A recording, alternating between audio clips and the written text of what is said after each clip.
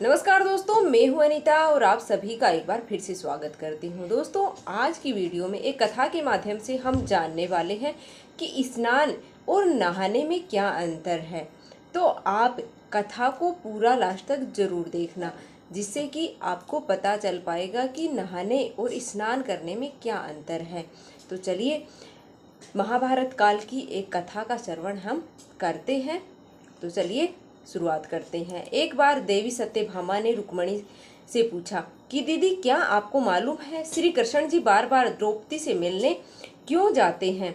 कोई अपनी बहन के घर बार बार मिलने थोड़ी ना जाता है। मुझे तो कुछ ना कुछ गड़बड़ लगती है। ऐसा क्या है कि जो बार बार श्री कृष्ण है वो द्रौपदी से मिलने के लिए उनके घर जाते हैं? तो देवी रुक्मणी ने कहा, बेकार की बातें मत करो, यह है बहन भाई का पवित्र संबंध है। जाओ, जाकर अपने काम है वो करो। श्री कृष्ण समझ गए कि कहीं जाने लगे तो देवी सत्यभामा ने पूछा कि प्रभु, आप कहाँ जा रहे हैं? तब श्री कृष्ण ने कहा कि मैं द्रौपदी के घर जा रहा हूँ। अब तो सत्यभामा जी और भी बेचैन हो गई और तुरंत ही वह देवी रुक्मणी से बोली कि देखा दीदी, फिर से वहीं द्रौपदी के घर है वो जा रहे हैं। यह सुनकर के श्री कृष्ण जी ने कहा कि देवी, क्या तुम भी हमारे साथ चलोगी? तो सत्यभामा जी तुरंत ही तैयार हो गई और देवी रुक्मणी से बोली कि दीदी, आप भी मेरे साथ में चलो और द्रौपदी को ऐसा मजा चखाएंगे कि बस जीवन भर वह याद रखेगी।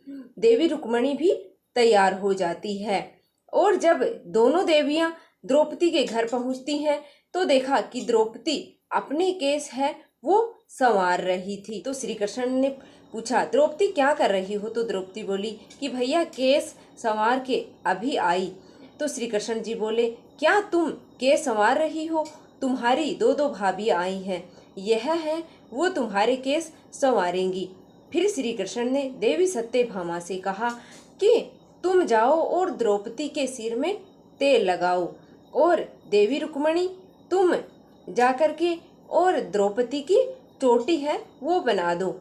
सत्यभामा जी ने रुक्मणी जी से कहा कि बड़ा अच्छा मौका मिला है दीदी, ऐसा तेल लगाऊंगी कि इसकी खोपड़ी में एक एक बाल को तोड़ करके मैं रख दूंगी। और जैसे ही सत्यभामा जी ने सिर में तेल लगाना शुरू किया और एक बाल तोड़ा तो बाल तोड़ते ही आवाज आई, हे श्री कृष्ण। फिर दूसरा बाल तोड़ा तो फिर से आवाज आई, हे कृष्ण। फिर से आवाज आई, हे कृष्ण। फिर जब वह तीसरा बाल तोड़ा तो फिर से आवाज आई कि हे श्री कृष्ण। सत्यभामा को समझ में नहीं आया और देवी रुक्मणी से पूछा कि दीदी, आखिर ऐसी क्या बात है द्रौपदी के सिर में? जो भी बाल तोड़ती हूँ तो कृष्ण का नाम निकल कर के आता है। रुक्मणी जी बोली कि मैं तो नहीं जानती। पीछे से श्री कृष्ण जी बोले, देवी सत्यभामा, तुम देवी रुक्मणी से पूछ रही थी कि मैं दौड़ दौड़ कर इस द्रौपदी के घर क्यों आता हूँ, क्योंकि मेरे भूमंडल पर, पूरा पृथ्वी पर और कोई संत, कोई साधु और कोई सन्यासी, ऐसा साधक, कोई उपासक ऐसा नहीं हुआ जिसने एक दिन में 3.5 करोड़ बार मेरा नाम लिया हो। ये केवल ऐसी हैं जो एक दिन में 3.5 करोड़ बार मेरा नाम लेती हैं। वह प्रतिदिन स्नान करती हैं और हर बार स्नान के साथ मेरा नाम लेती हैं, इसलिए उसके हर रोम रोम में मैं ही हूँ और इसलिए मैं रोज उसके पास आता हूँ। इसे कहते हैं स्नान।